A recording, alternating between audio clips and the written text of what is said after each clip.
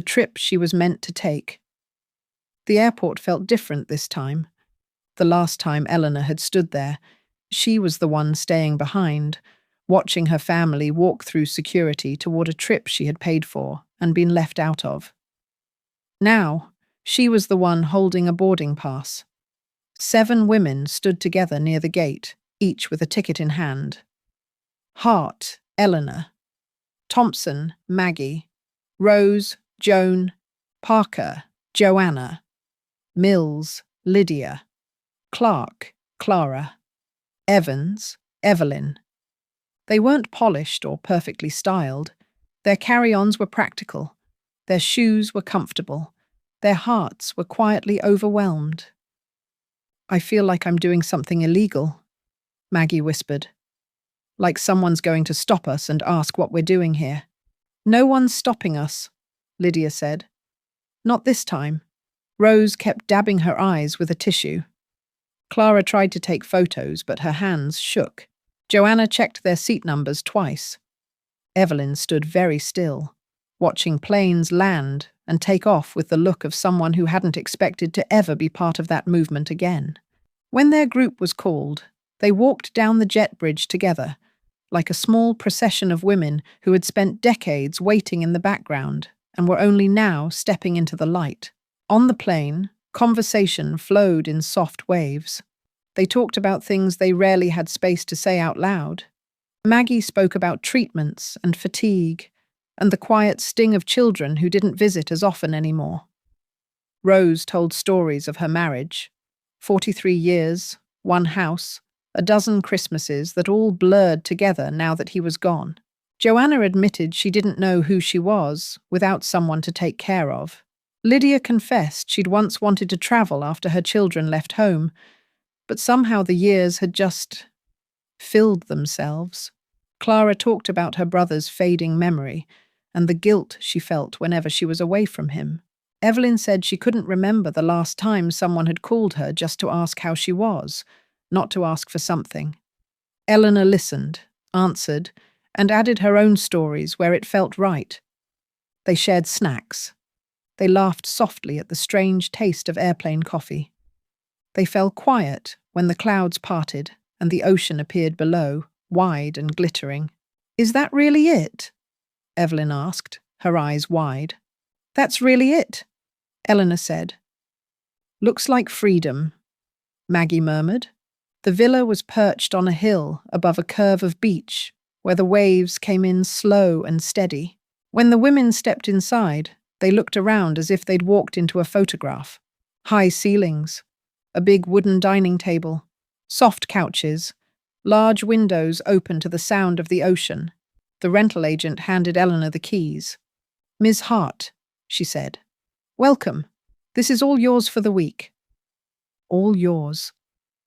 The words mattered, not borrowed, not conditional, not for the kids. Theirs. In the dining room, Eleanor set down her bag and unwrapped the frame she had carried from home. Daniel's picture. He was laughing in it, head thrown back, eyes half closed, sunlight catching in his hair. "Who's that handsome man?" Maggie asked, leaning in. "That's Daniel," Eleanor said. "My husband." "He can sit with us," Rose said. "Right in the middle." They made space for the frame at the center of the table without hesitation. No one rolled their eyes. No one sighed. No one changed the subject. His memory wasn't treated as an inconvenience. It was welcomed. The days unfolded gently. In the mornings, they walked along the shoreline, shoes in hand, letting the waves run over their feet. Sometimes they linked arms when the sand shifted under them. Sometimes they walked alone, but never far apart. In the afternoons, they sat under shade, on the balcony, on the beach, by the pool, reading, resting, or just listening to the sound of the water. They didn't have to hurry. They didn't have to entertain anyone. They didn't have to earn their place. One afternoon, they found a small local stand with hats, shells, and handmade bracelets. Evelyn paused at a row of sun hats. "Try one on," Joanna encouraged. "I don't know if I can pull it off," Evelyn said. "You're not trying to pull it off," Lydia replied. "You're just trying to wear it." The woman at the stand helped Evelyn adjust the brim. "There," she said. "Perfect.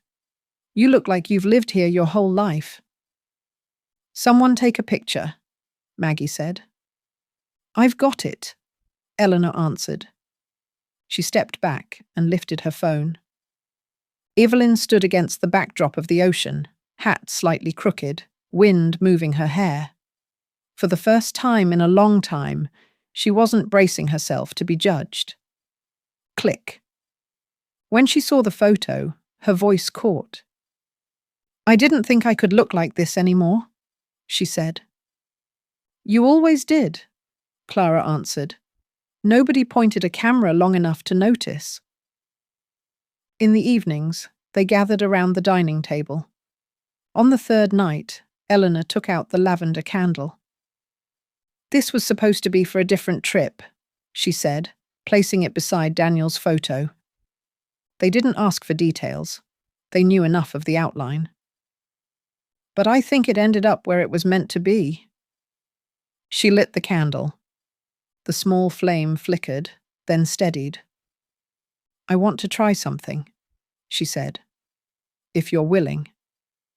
The women nodded.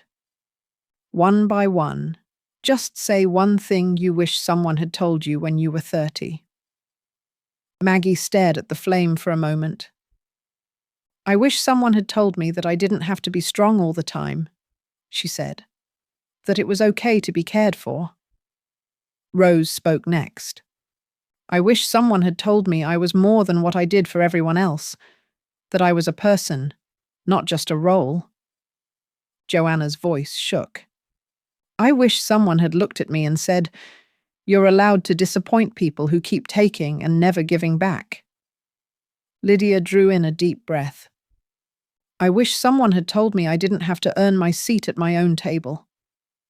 Clara blinked back tears.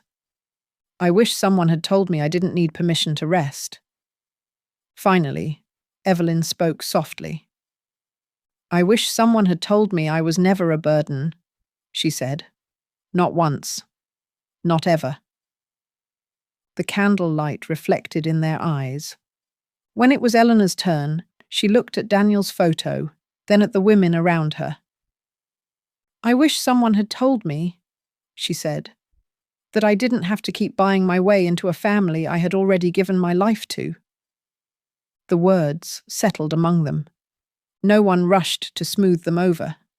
They let the truth sit where it belonged. On their last night, they carried the candle down to the beach. The sky was dark enough for stars to appear, and the moon cast a silver path across the ocean. They stood in a loose circle at the edge of the water, the candle burning steadily between them. "This week," Eleanor said, "was supposed to be something else. I thought I had to do everything I did for people who didn't see me." She looked around at their faces, lined, tired, open. "But I think I was always meant to be here, with people who know what it feels like to give and be forgotten." They didn't answer with words. The waves came in, washed over their feet, and retreated. Each woman held something small in her hand: a shell, a stone, a ribbon. One by one, they let their hands open, letting go of what they needed to release. A name, a hurt, a version of themselves built only on sacrifice. Eleanor didn't silently address Michael or Sabrina in that moment. She addressed the part of herself that had learned, over years, to stay small, quiet, grateful. "You don't have to do that anymore," she thought. "You never did." The water moved out, then came back again. The candle flame stayed lit. A few days after returning home, an email arrived from Michael. Subject: "Just want to clear the air." He wrote that things had been difficult, that the trip had been different than expected, that maybe they could have communicated better, that Sabrina had been under a lot of stress. He mentioned that they had put charges on credit cards after the cancellation, that they were in a bit of a bind financially. And then, if you're able, could you maybe send back the deposit we gave you for the trip, or at least part of it? It would really help. We're still family. Eleanor read the line again. The deposit we gave you. There had been no deposit, no joint fund, no shared account. There had been her sacrifices and their assumptions. They hadn't offered to rebuild trust. They were asking her to fund their recovery from choices they had made without her. She closed the email. Her hands were steady. There was nothing left to explain. That evening, Eleanor sat at her kitchen table with her laptop open to a blank page. She began to type. For the grandmothers who paid for everything and were left out. For the mothers who stayed quiet to keep the peace. For the women who were told to understand their place. For the ones who realized, late but not too late, that their place was never outside the door. At the top of the page, she wrote, Grandma True Stories. She continued, Here, their stories are not background noise. Here, their memories are not disposable. Here, their voices are not too much. This is where silence becomes strength, where memory becomes power. She saved the document. Outside, the wind moved the chimes Daniel had hung years ago. They rang softly in the night. The house was quiet. But Eleanor Hart was no longer waiting to be invited in. She had found her own way to speak.